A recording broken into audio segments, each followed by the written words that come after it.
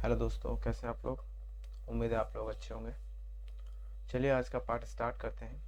अभी तक हमने जो डिस्कस किया था कि जो भी हैबिट्स फॉर्म्स होती हैं, जो हैबिट्स बनती हैं, उनके पीछे एक साइंटिफिक मेथड देखा था, स्टेप वाइज देखा था हमने, कैसे चार पार्ट्स होते हैं जो उनको हैबिट को फॉर्मेशन में मदद करते हैं। अब हम बात करते हैं लॉज की, 4 लॉज ऑफ बिहेवियर चेंज। तो अगर कोई भी हैबिट आप बनाना चाहते हैं या फिर कोई भी बैड हैबिट को छोड़ना चाहते हैं, तो सबसे ज़रूरी है हम उसकी साइंस को समझें। अगर हम उसकी साइंस को नहीं समझते हैं और सिस्टम में काम करते हैं, तो ओवरऑल हमें वो रिजल्ट नहीं मिलता है जिसकी हमने उम्मीद की होती है। तो जो 4 स्टेजेस थी, पहला था cue, then craving, response and then reward. इन्हीं चार को लेके हम चलते हैं क्योंकि साइंस जो है हैबिट की इसी पे बेस्ड है। तो अगर हमें कोई भी हैबिट चेंज करनी है तो सबसे पहले हमें देखना होगा कि जो बिहेवियर है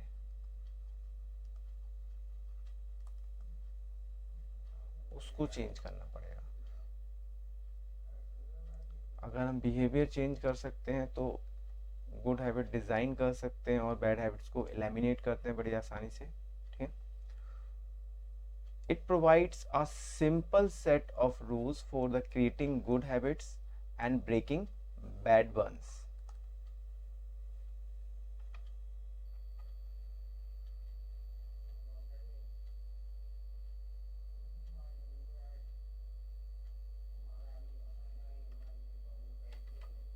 अगर इसको हम फॉलो कर रहे हैं तो एक, अगर हमें गुड हैबिट को क्रिएट करना है तो जो हमारा क्यू क्यू क्या था, वो ट्रिगर जो हमारे ब्रेन को कोई भी बिहेवियर करने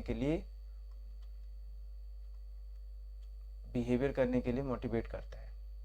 तो अगर हमारा क्यू जो है वो ऑब्वियस होगा, इजीली विजिबल होगा, जिसे हम बार बार आसानी से फॉलो कर सकते हैं। मान लीजिए अगर आपको कोई बुक पढ़नी है तो वो बुक अगर आपके पास होगी, आपके सामने है, टेबल पे है, बेड के पास है, तो बड़ी आसानी से आप उसको उठा सकते हैं। तो जो क्यू है वो ऑब्वियस होना चाहिए। अगर आप मोबाइल को ज़्यादा यूज़ नहीं करना चाहते हैं तो उसे दूर रख दीजिए। सेकंड है कि क्रेविंग जो है अट्रैक्टिव होनी चाहिए। क्रेविंग क्या था, जैसे हमने लास्ट वीडियो में भी देखा था, किसी भी बिहेवियर को करने के पीछे जो हमारा मोटिवेशन होता है, वो हमारा क्यों है। तो जो हमारा मोटिवेशन है वो अट्रैक्टिव होना चाहिए, हमें पसंद होना चाहिए। अगर वो अट्रैक्टिव नहीं है तो नेचुरली हम उसकी तरफ ज़्यादा अग्रसर नहीं होंगे। तीसरी चीज़ है रिस्पॉन्स जो है ईजी होना चाहिए। रिस्पॉन्स वो वाला पार्ट था जिसमें कि हम लोग कोई एक्टिविटी को या हैबिट को, बिहेवियर को रियल में करते हैं, जो अल्टीमेटली हमारे रिजल्ट के रूप में दिखाई देता है। और उस रिस्पॉन्स के बाद अगर हमें रिवॉर्ड जो मिले वो सेटिस्फाइंग होना चाहिए। अगर वो सेटिस्फाइंग नहीं है तो हो सकता है हम उस बिहेवियर को एक बार करेंगे, 2 बार करेंगे, बट एक टाइम आएगा जब हम उसको रिपीट नहीं करेंगे। और जब तक कोई भी चीज़ रिपीट नहीं होती, कोई भी बिहेवियर बार बार रिपीट नहीं होता, तो वो सबकॉन्शियसली जाके हैबिट में कन्वर्ट नहीं होता है। तो बहुत ज़रूरी है कि जो रिवॉर्ड है वो सेटिस्फाइंग हो और जो हमारा रिस्पॉन्स है वो इजी हो।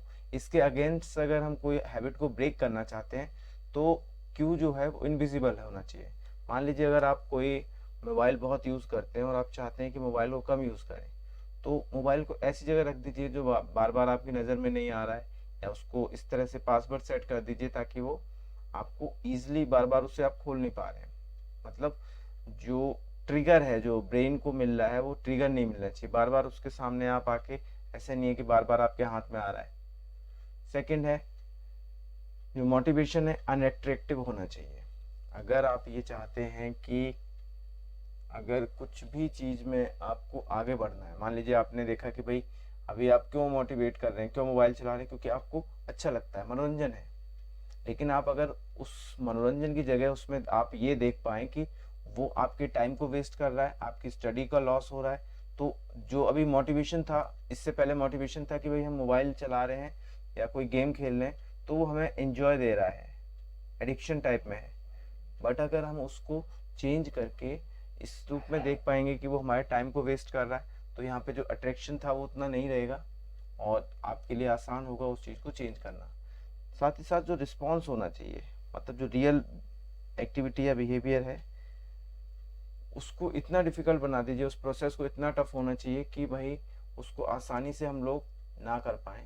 अल्टीमेटली जो रिवॉर्ड मिले वो सेटिस्फाइंग ही होना चाहिए। आपकी जो इंटरनल नीड्स और जो आउटर नीड्स हैं जिसको वो सेटिस्फाई कर रहा था, अगर वो फुलफिल नहीं होती हैं तो एक दो या कुछ समय बाद आप ये देखेंगे कि जो हमारी हैबिट थी वो छूटने लगी है या कम होने लगी है और समय के साथ साथ आपके बिहेवियर में चेंज आने लगेगा।